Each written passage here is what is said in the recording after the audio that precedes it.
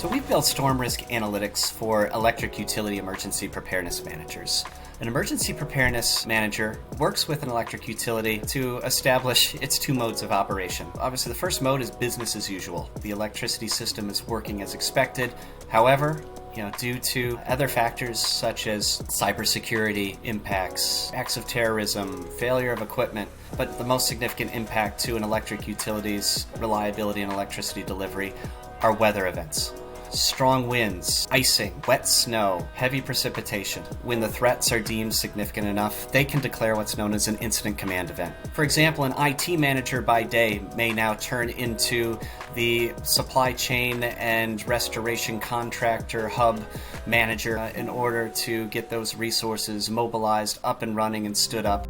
So with storm risk analytics, emergency preparedness managers can take out the guesswork of trying to correlate wind speeds to historic outage impacts. We use a machine learning model here that is trained using 7 years of electricity customers out data to provide very accurate predictions as far as the expected impact of a storm event.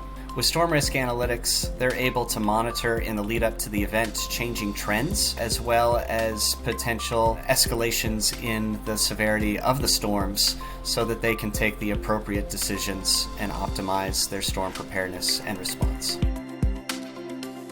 With storm risk analytics, emergency preparedness managers finally have an objective tool using validated historic information optimized for their service region to take incident command decisions with confidence.